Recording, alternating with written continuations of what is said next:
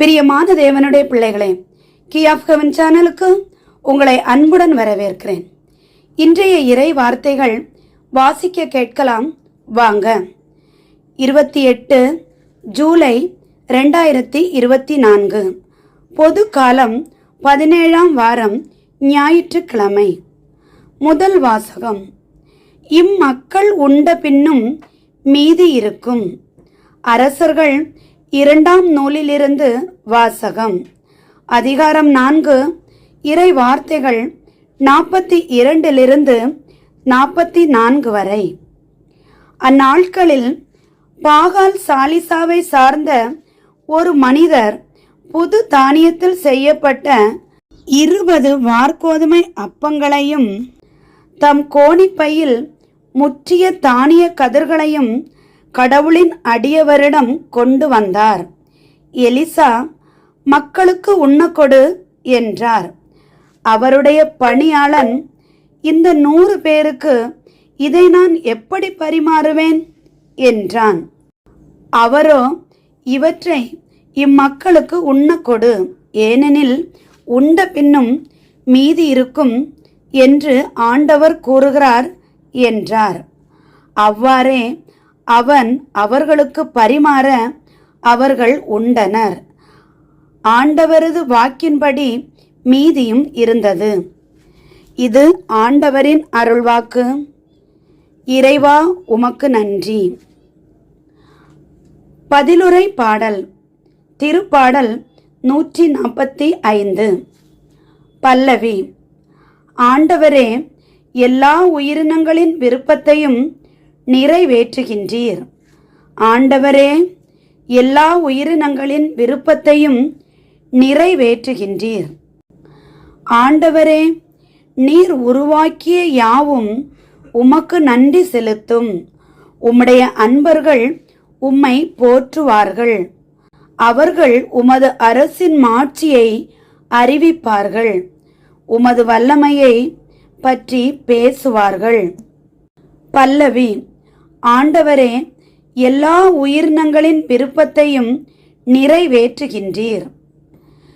எல்லா உயிரினங்களின் கண்களும் உம்மையே நோக்குகின்றன. தக்க வேளையில் நீரே அவற்றிற்கு உணவளிக்கின்றீர். நீர் உமது கையை திறந்து எல்லா உயிரினங்களின் விருப்பத்தையும் நிறைவேற்றுகின்றீர். பல்லவி. ஆண்டவரே, எல்லா உயிரினங்களின் விருப்பத்தையும் நிறைவேற்றுகின்றீர்.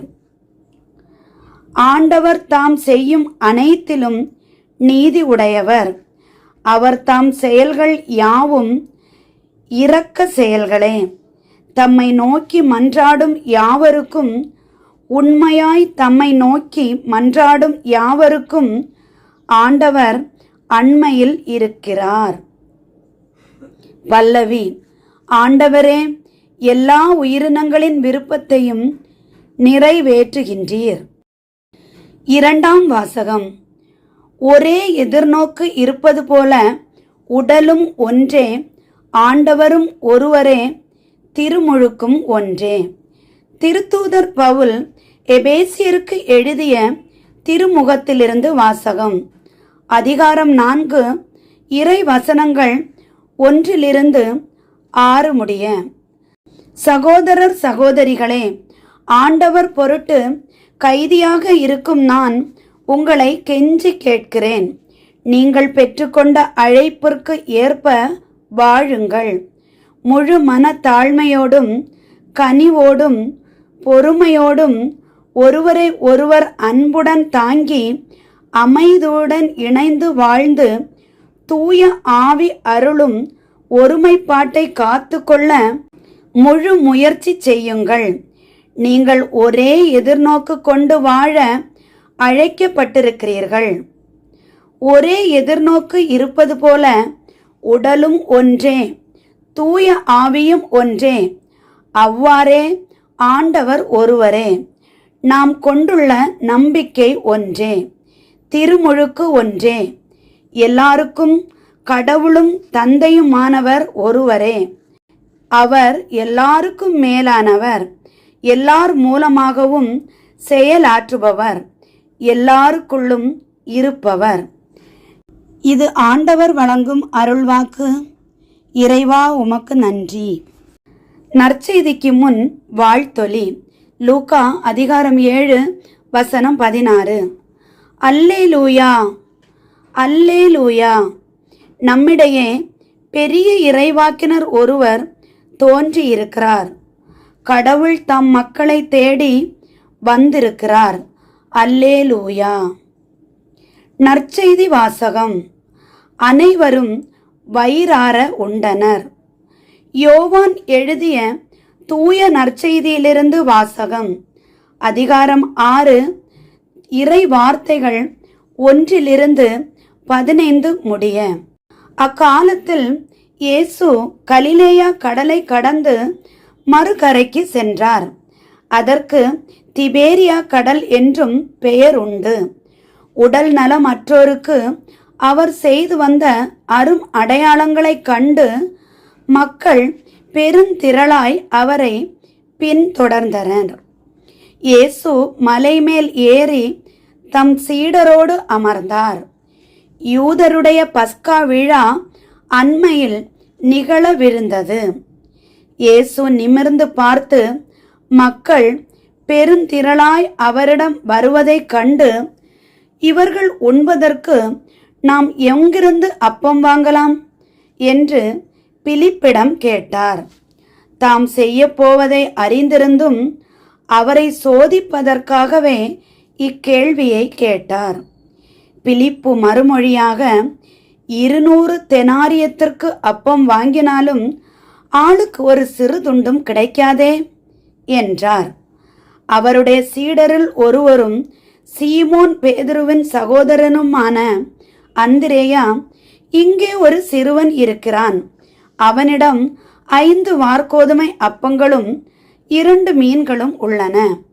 ஆனால் இத்தனை பேருக்கு இவை எப்படி போதும் என்றார்.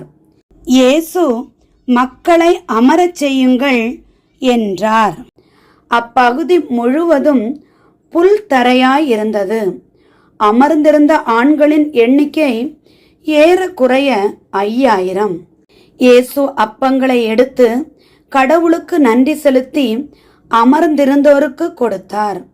அவ்வாறே மீன்களையும் பகிர்ந்தளித்தார். அவர்களுக்கு வேண்டிய மட்டும் கிடைத்தது.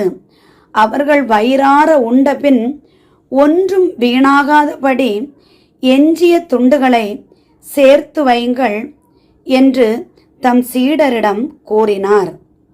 மக்கள் உண்டபின் 5 வாற்கோதுமை அப்பங்களிலிருந்து எஞ்சிய துண்டுகளை சேர்த்து சீடர்கள் 12 கூடைகளில் நிரப்பினார்கள். இயேசு செய்த இந்த அரும் அடையாளத்தை கண்ட மக்கள், உலகிற்கு வரவிருந்த இறைவாக்கினர் உண்மையில் இவரே என்றார்கள். அவர்கள் வந்து தம்மை பிடித்து கொண்டு போய் அரசராக்கப் போகிறார்கள் என்பதை உணர்ந்து இயேசு மீண்டும் தனியாய் மலைக்கு சென்றார். இது கிறிஸ்து வழங்கும் நற்செய்தி. கிறிஸ்துவே உமக்கு புகழ். பிரியமான தேவனுடைய பிள்ளைகளே, இன்றைய தினம் வாசிக்க கேட்ட இன்றைய இறை வார்த்தைகள் உங்களுக்கு பிடித்திருந்தால் நீங்க நம்ம சேனலுக்கு சப்ஸ்கிரைப் பண்ணி ஃபாலோ பண்ணுங்க, லைக்ஸ் பண்ணுங்க. உங்களுடைய கருத்துக்களை மறக்காம கமெண்ட்ஸ்ல பதிவிடுங்க. உங்க ஃப்ரெண்ட்ஸ்க்கும் ரிலேட்டிவ்ஸ்க்கும் ஷேர் பண்ணுங்க. ஆண்டவர் நம் அனைவரையும் ஆசீர்வதித்து காப்பாராக. ஆமேன். என்றும் அன்புடன் லைலா ஜேசுபாலன்.